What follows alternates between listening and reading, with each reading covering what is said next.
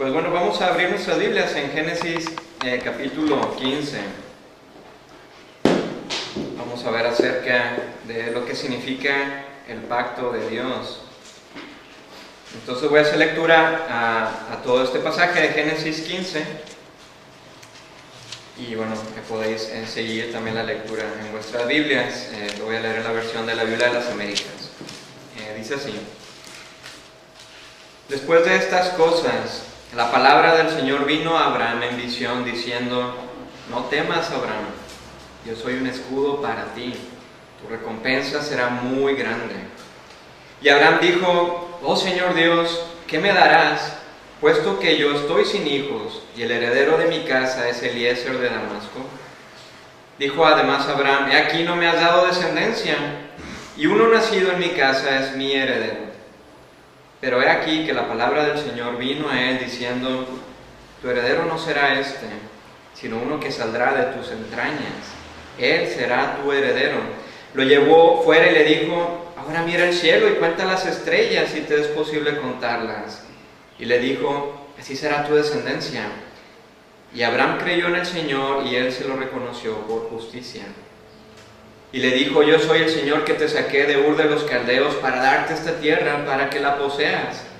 Y él le dijo: Oh Señor Dios, ¿cómo puedo saber que la poseeré?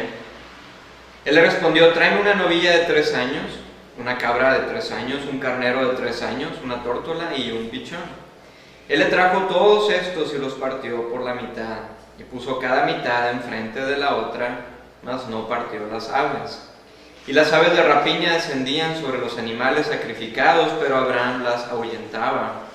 Y sucedió que a la puesta del sol, un profundo sueño cayó sobre Abraham, y he aquí que el terror de una gran oscuridad cayó sobre él. Y Dios dijo a Abraham: Ten por cierto que tus descendientes serán extranjeros en una tierra que no es suya, donde serán esclavizados y oprimidos 400 años. Mas yo también juzgaré a la nación a la cual servirán. Y después saldrán de allí con grandes riquezas. Tú irás a tus padres en paz y serás sepultado en buena vejez. Y en la 4ª generación ellos regresarán acá, porque hasta entonces no habrá llegado a su colmo la iniquidad de los amorreos. Y aconteció que cuando el sol ya se había puesto, hubo densas tinieblas. Y he aquí apareció un horno humeante y una antorcha de fuego que pasó por entre las mitades de los animales. En aquel día el Señor hizo un pacto con Abraham diciendo: A tu descendencia he dado esta tierra, desde el río de Egipto hasta el río grande, el río Éufrates, los eneos, los ceneseos, los cadmoneos, los heteos, los fereceos, los refaitas, los amorreos, los cananeos, los gergeseos y los jebuseos. Esta es la palabra de Dios. Oremos.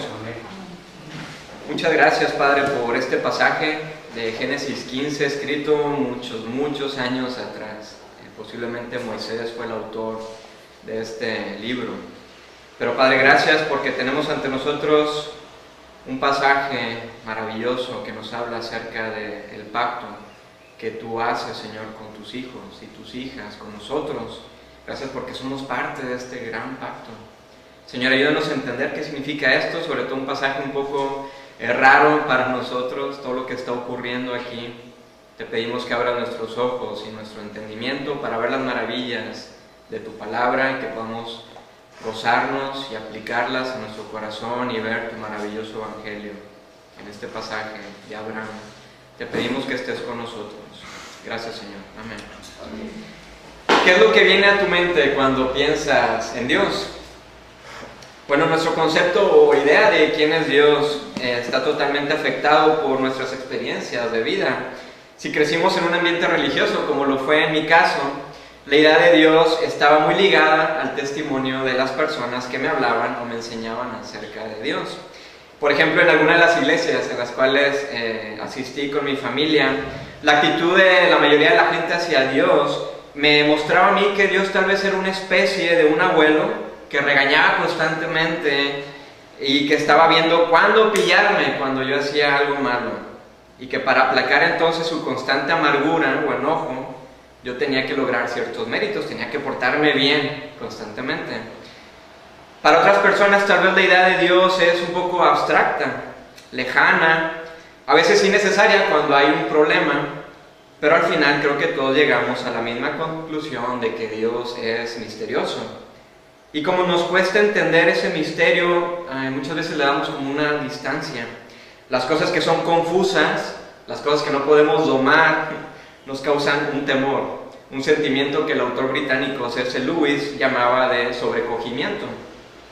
En su libro del problema del dolor, Lewis trata de explicar este sentimiento general hacia Dios, ese sentimiento de sobrecogimiento, de esta manera, y él decía: supongamos que se nos dijera que en la habitación contigua hay un espíritu poderoso y nosotros lo creyéramos.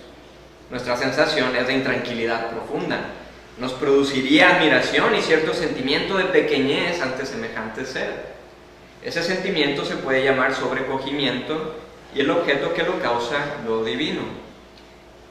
Pero ni tú ni yo queremos sentirnos pequeños y por eso luchamos ante la idea de Dios. Aunque este pasaje de Génesis 15 puede ser un poco oscuro o raro, nos va a ayudar a ver el Evangelio de una manera maravillosa y también a Dios ya no como un ser misterioso y lejano, sino como un Padre lleno de un amor total por nosotros, que incluso ha hecho un pacto de grandes proporciones. Este pasaje también es de los más importantes en el tema de la salvación. De Génesis 15, el apóstol Pablo desarrolla su argumento de la importancia de nuestra fe en la salvación cuando escribió su carta a los romanos, este pasaje, el versículo 6. Y asimismo podemos ver también un tema clave en la historia de redención de ese Dios misterioso y su relación con los hombres a través de pactos. Así que vamos a ver 3 puntos que creo que son interesantes para nosotros. Número 1 es, ¿qué es el pacto de Dios? Número 2, la naturaleza del pacto. Y número 3, lo asombroso del pacto. Bueno, ¿qué es el pacto de Dios? Yo creo que para nuestros oídos posmodernos la palabra pacto suena como que antiguo, arcaico, viejo. Se ha perdido la importancia y el valor de un pacto porque a nadie de nosotros nos gustan los compromisos. Por eso también se ha perdido el valor del pacto matrimonial o pacto de paz entre diferentes naciones. Los pactos que me acuerdo que yo hacía cuando era niño involucraban que nos escupíamos en la mano y estrechábamos las manos para cerrar un trato. Sin embargo, el tema del pacto es una de las más importantes ideas teológicas en la Biblia. Se refleja desde el nombre que lleva el Antiguo y Nuevo Testamento, que sería el Antiguo y Nuevo Pacto. Este concepto existe en puntos muy significativos de la narrativa bíblica y es lo que une todas las promesas de Dios con su cumplimiento. Así que la historia bíblica de la salvación y el desarrollo de los pactos de Dios parece como que son casi sinónimos. En la Biblia encontramos, por ejemplo, el pacto de Dios con Adán, en el cual Dios le da responsabilidades al hombre sobre el resto de la creación. O tenemos el pacto de Dios con Noé, si recordamos, donde Dios confirma su palabra con el arco iris en el cielo después del diluvio. O el pacto con Moisés, en el cual Dios le da a todo el pueblo de Dios su ley y donde confirma que ellos son su pueblo precioso. O el pacto con David, de que Dios establecería su descendencia para siempre y de que del linaje de David vendría el Salvador del mundo. Y aquí en Génesis 15 encontramos una escena crucial en la vida de Abraham, porque si recordamos un poco de su vida, el registro de Génesis menciona a Abraham por primera vez en el capítulo 11, y en el capítulo 12 sabemos que Dios se le aparece y hace un primer pacto o un trato con él, donde le dice: Abraham, vete de tu tierra, de entre tus parientes y de la casa de tu padre, a la tierra que yo te mostraré. Haré de ti, Abraham, una nación grande y te bendeciré. Y engrandeceré tu nombre y serás bendición. Bendeciré a los que te bendigan, y al que te maldiga maldeciré. Y en ti, Abraham, y en Sara serán benditas todas las familias de la tierra. ¿Podéis imaginaros esto? Dios le está pidiendo algo grande a Abraham, pero al mismo tiempo Dios le está declarando una recompensa todavía más grande si Abraham accede a esta alianza y a la obligación de Dios hacia él, porque Dios tiene una obligación hacia él en este pacto. Es interesante que le dice: haré de ti una nación grande y te bendeciré y serás de bendición a todas las familias de la tierra. Y vemos que Abraham obedece, y a sus 75 años tal vez, y su esposa Sara 65, ellos sin hijos salen de su tierra, dejando todo lo que era seguro y cómodo para ellos hacia lo que era desconocido y misterioso, y se van hacia la tierra de Canaán. Lo interesante de la vida de Abraham es que a primera vista parece alguien con un temple y convicción de acero, porque Dios le pide algo y él como que obedece sin chistar. Dios le da ciertas órdenes a lo largo de su vida y Abraham accede. Y no es por demás que aparece como un héroe de la fe para los escritores del Nuevo Testamento. Sin embargo, vemos en este pasaje en particular el carácter humano y frágil de Abraham. Porque Abraham le dice a Dios: oh Señor Dios, ¿qué me darás? Puesto que yo estoy sin hijos y el heredero de mi casa es Eliezer de Damasco. Aquí no me has dado descendencia y uno nacido en mi casa es mi heredero.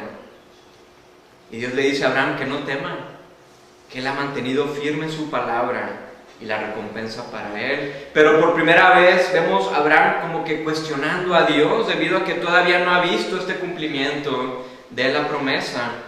Abraham ha estado obedeciendo constantemente a Dios, pero no ve nada claro. ¿Cuántas veces no nos encontramos nosotros como Abraham?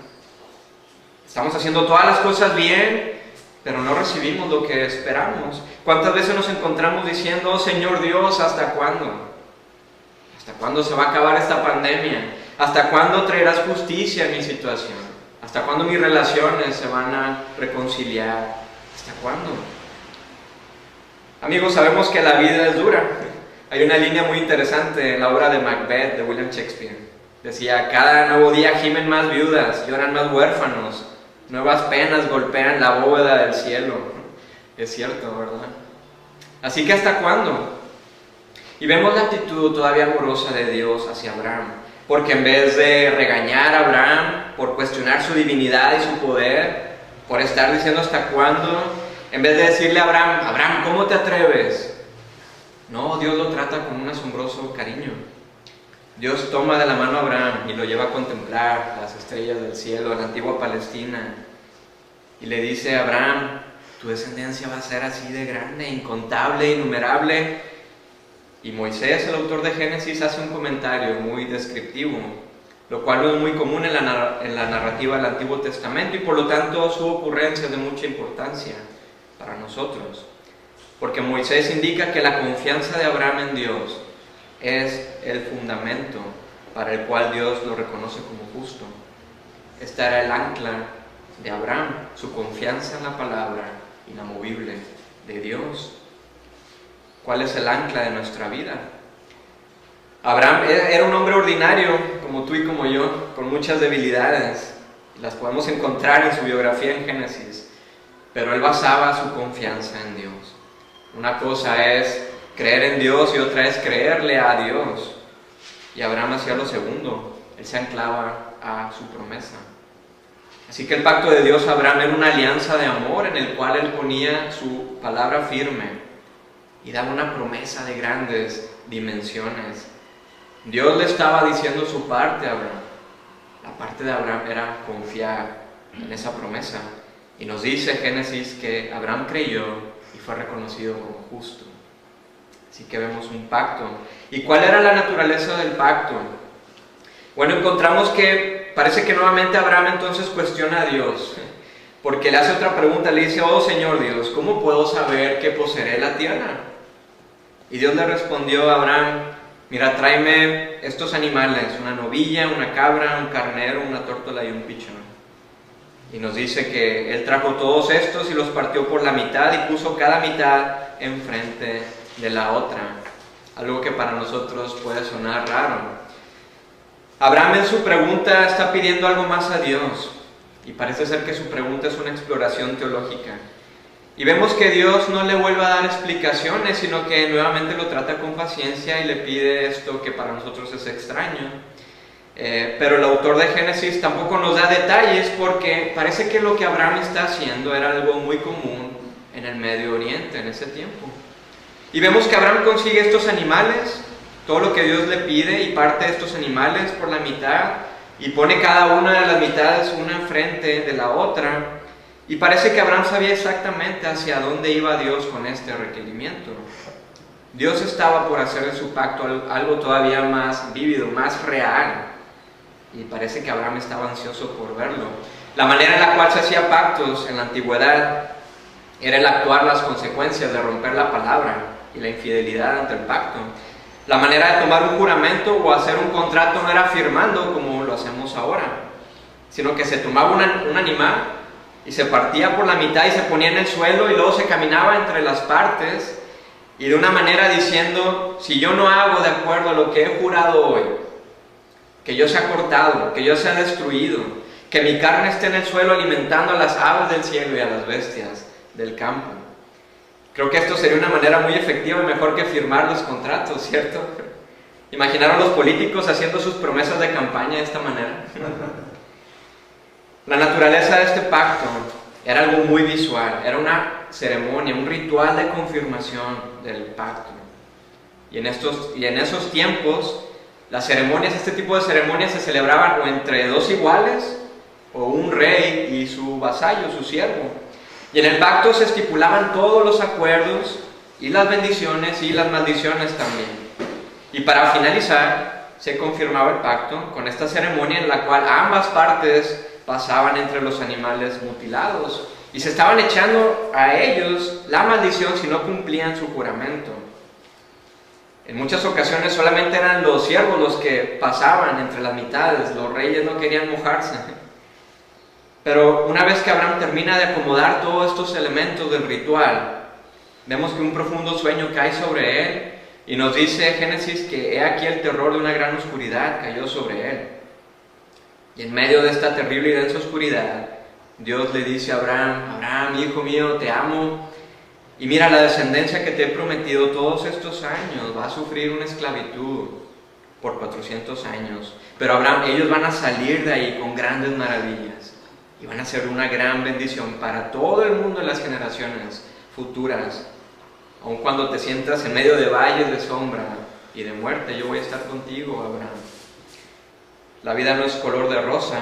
Tal vez estamos en medio de densas y oscuras tinieblas, o tal vez a veces nos acercamos a Dios por motivos equivocados, como si Él fuera el genio de la lámpara, listo para servirnos y prosperarnos. O tal vez no sabemos cómo domar a Dios, que incluso preferimos distanciarnos de Él. Pero amigos, vemos que Abraham vio algo que lo sorprendió. En medio de todas estas densas oscuridades, vio algo resplandeciente que iba pasando en medio de las mitades. Pareciera que ve la luz al final del túnel. El versículo 17 nos dice que apareció un horno humeante y una antorcha de fuego. Y el 18 dice: en aquel día el Señor hizo un pacto con Abraham. Así que Dios no solamente le dio su palabra a Abraham, solamente palabras, no, sino que además lo estaba confirmando a través de una ceremonia que nos deja maravillados, y esto es lo asombroso del pacto. En la oscuridad de los miedos y las debilidades e inseguridad de Abraham, Dios es el que pasa entre los animales en forma de un horno humeante y una antorcha de fuego. Esas son las mismas palabras usadas en Éxodo cuando Dios desciende en gloria en la cumbre del monte Sinaí para dar las tablas de la ley a Moisés. Son las mismas palabras también usadas al describir la columna de humo y de fuego que guiaron al pueblo de Dios a través del desierto, protegiéndolos y guiándolos, después de salir de la esclavitud de la cual Dios ya le había dicho a Abraham en su sueño. Así que la gloriosa presencia de este Dios creador de los cielos y de la tierra, de ese Dios que nos cuesta entender porque parece misterioso, este gran Dios todopoderoso es el que está pasando y caminando en medio de los animales. Pero es interesante que Abraham no se movía, solamente él está observando, tal vez admirado y sorprendido. Sabemos que la ceremonia de confirmación estipulaba que ambas partes pasaran, o al menos el siervo era el que tenía que atravesar los animales. En este caso sería Abraham. Y aquí es donde encontramos el centro del glorioso evangelio. Y esto es lo que nos debería asombrarnos. Porque en medio de las preguntas de Abraham: oh Señor Dios, ¿cuándo sabré que estas cosas grandes van a pasar?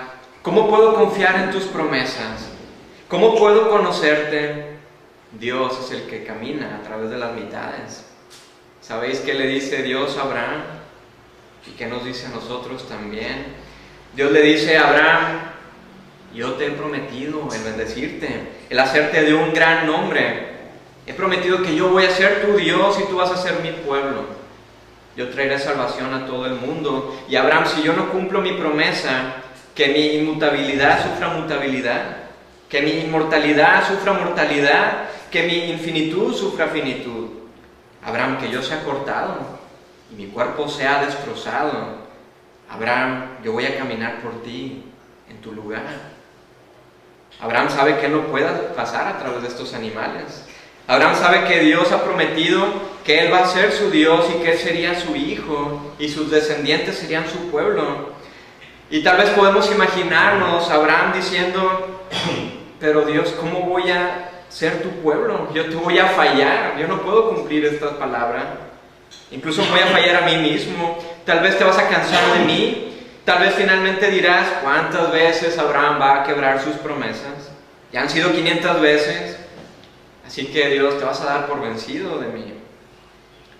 Pero se da cuenta que Dios no le dice, bueno, Abraham, ahora te toca a ti pasar por en medio de los animales. Y esto es lo maravilloso, de que el Rey, el Dios Todopoderoso, en medio de esta ceremonia, le está diciendo a Abraham, Abraham, voy a pasar por nosotros dos. Y esta es la clave del Evangelio. La salvación y la fe cristiana no es un esfuerzo cooperativo. No es Dios ayuda a los que se ayudan. No es una sociedad. Dios pasa por entre los animales y le dice, Abraham, yo voy a tomar sobre mí la maldición del pacto por nosotros dos. Pero Abraham, que yo sea cortado si no cumplo mi palabra. Pero Abraham, que yo sea cortado también si tú no la cumples. Y sabemos de los evangelios que 2000 años después, densas y terribles tinieblas cubrieron la tierra, mientras en una colina llamada de la Calavera, alrededor de la hora novena, Jesucristo en la cruz exclamó a gran voz diciendo, Dios mío, ¿por qué me has abandonado? Y nos dice el profeta Isaías, mencionando algo que Abraham no pudo ver en su tiempo, viendo la carga de la maldición sobre el Mesías. Y nos dice Isaías, mas Él fue herido por nuestras transgresiones, molido por nuestras iniquidades. El castigo por nuestra paz cayó sobre Él, y por sus heridas hemos sido sanados. Él tomó sobre sí nuestra maldición. Amigos, el Dios que nos causa un misterio, temor, tomó en sí mismo el castigo que nosotros merecemos. Porque tú y yo no podemos cumplir con nuestra palabra. Porque tú y yo no podemos salvarnos. Y el Mesías, Jesucristo, hizo todo esto por amor. Hizo un pacto que ha cumplido hasta la última letra. Para que tú y yo no vivamos atados a nuestros miedos, a nuestros problemas de autoestima, a nuestros ídolos como lo vimos en la mañana. Esos ídolos que nos desilusionan, que nos frustran y nos abruman. No, sino que nos da un ancla de vida para siempre. Dios hizo hombre para tomar nuestro lugar y pasar en medio de los animales. Y antes de su sacrificio en la cruz, al estar con sus amigos, nuestro Señor les confirmó que Él es el nuevo pacto, que cada vez que tomáramos la copa y comiéramos el pan, vamos a estar recordando que su inmutabilidad se convirtió en mutabilidad, que su inmortalidad se convirtió en mortalidad, que lo imposible se hiciera posible por amor a nosotros. Cristo es quien nos permite decirle a Dios, tú eres mi Dios y yo soy tu Hijo, porque Él ya ha hecho todo por nosotros. Cristo obedeció al Padre porque nosotros, como Abraham, nos cuesta obedecer, ¿cierto? Jesús es nuestra ancla inamovible. Y cuando ponemos nuestra fe en Él, al creer, somos llamados justos, así como Abraham. Somos declarados justos, somos perdonados, todo está pagado, hasta el último céntimo. ¿Podéis creerlo? Estas son buenas noticias, este es el Evangelio. Oremos. Padre, muchas gracias porque tu palabra es verdad y es como una espada de dos filos y entra hasta lo más profundo de nuestro corazón y nos hace ver lo que hay dentro de nosotros. Padre, necesitamos tu palabra, esa palabra inamovible, inquebrantable, esta ancla de vida que necesitamos nosotros cuando estamos navegando en estas aguas de este mundo que constantemente se mueven y nos sacuden. Tú eres nuestra ancla. Somos tus hijos, tú has hecho un pacto y lo has cumplido hasta la última letra, Señor. Padre, que podamos estar maravillados y estar sorprendidos ante tu maravilloso Evangelio, y que podamos, Señor, ser renovados y transformados en nuestros corazones gracias a Jesús y a tu Espíritu Santo operando en nosotros, y que podamos compartir todas estas noticias también hacia afuera, Señor, a nuestros amigos, colegas del trabajo, familia, etc. Gracias, Señor, te lo pedimos en tu nombre. Amén. Amén. Que el amor de Dios el Padre, que la gracia del Señor Jesucristo, que todo el consuelo y el poder de su Santo Espíritu esté con todos nosotros. Amén. Amén.